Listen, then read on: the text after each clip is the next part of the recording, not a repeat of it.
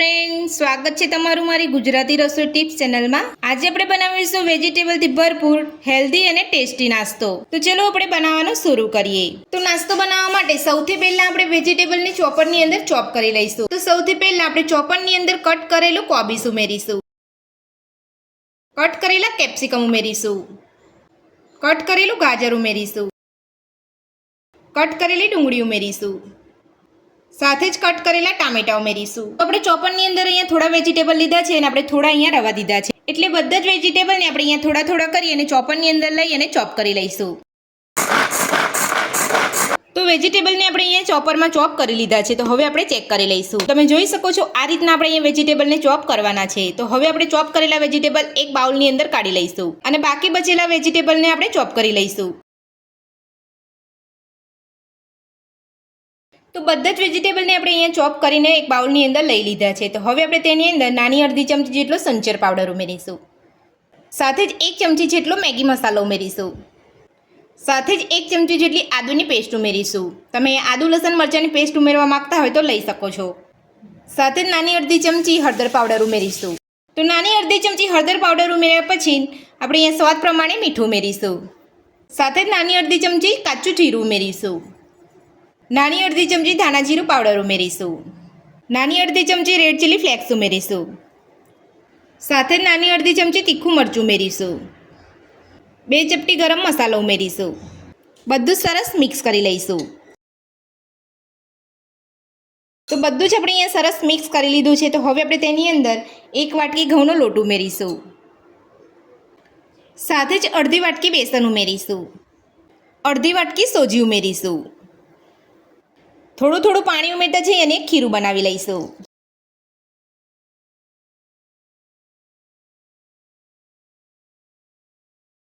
તો બધું જ આપણે અહીંયા સરસ મિક્સ કરી લીધું છે। તો આ રીતનું નાસ્તાનું ખીરું તમારે બનાવવાનું છે। તો હવે આપણે તેને ઢાંકીને 10 થી 15 મિનિટ માટે રહેવા દઈશું અને આપણે નાસ્તાની ચટણી બનાવીશું। તો ચટણી બનાવવા માટે આપણે અહીંયા ગેસ ઉપર એક પેન રાખ્યું છે। તો પેનની અંદર 2 ચમચી જેટલું તેલ ઉમેરીશું, તેલને ગરમ થવા દઈશું। તો તેલ આપણું ગરમ થઈ ગયું છે। તો હવે આપણે તેની અંદર કટ કરેલી ડુંગળી ઉમેરીશું, સાથે જ કટ કરેલા આપણે લીલા મરચાં ઉમેરીશું। તો લીલા મરચાંનું પ્રમાણ તમે તમારા ટેસ્ટ પ્રમાણે વધુ ઓછું કરી શકો છો। તો બધું જ આપણે અહીંયા સરસ સાતળી લઈશું।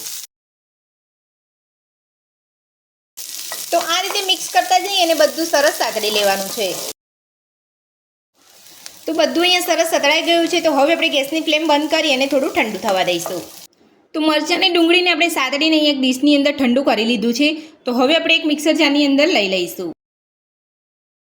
તો મિક્સર જારની અંદર બધું લઈ લીધા પછી હવે આપણે ચટણીને કલર આપવા માટે નાની અડધી ચમચી કાશ્મીરી લાલ મરચું ઉમેરીશું, સાથે જ અહીંયા કટ કરેલું સૂકું કોપરું ઉમેરીશું।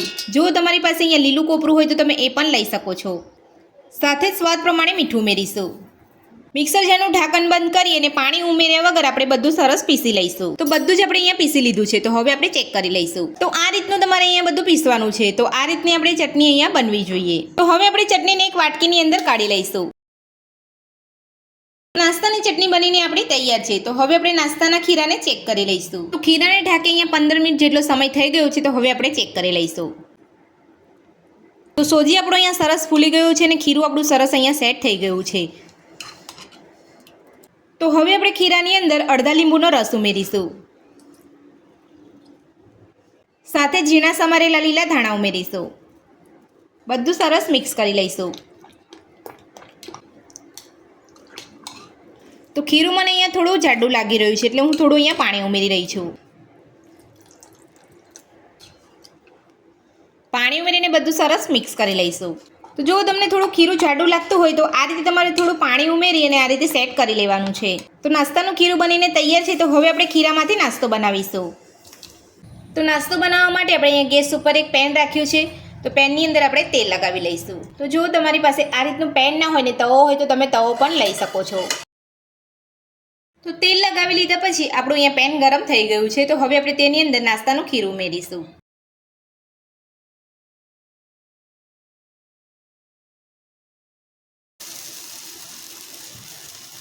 તો નાસ્તો તમે અહીંયા નાનો મોટો બનાવી શકો છો।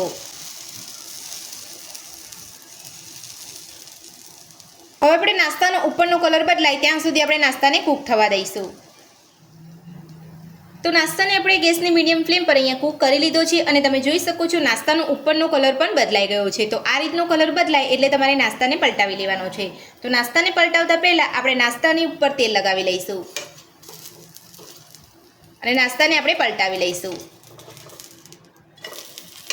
તો તમે જોઈ શકો છો ઉપરનો એકદમ સરસ કલર આવ્યો છે. તો હવે આપણે નાસ્તાને બીજી બાજુ પણ ગેસની મીડિયમ ફ્લેમ પર કૂક થવા દઈશું.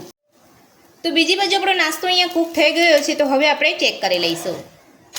તો તમે જોઈ શકો છો બીજી બાજુ પણ આપણો નાસ્તો એકદમ સરસ અહીંયા કૂક થઈ ગયો છે અને એકદમ સરસ કલર આવ્યો છે. તો આ જ રીતે આપણે બધો નાસ્તો બનાવી લઈશું. તો વેજીટેબલથી ભરપૂર ટેસ્ટી અને હેલ્ધી નાસ્તો બનીને આપણો તૈયાર છે અને આપણે એક પ્લેટની અંદર ચટણી સાથે સર્વ પણ કરી લીધો છે અને તમે જોઈ શકો છો નાસ્તો આપણો એકદમ સોફ્ટ બન્યો છે અને આ નાસ્તો ખાવામાં પણ એકદમ ટેસ્ટી લાગતો હોય છે.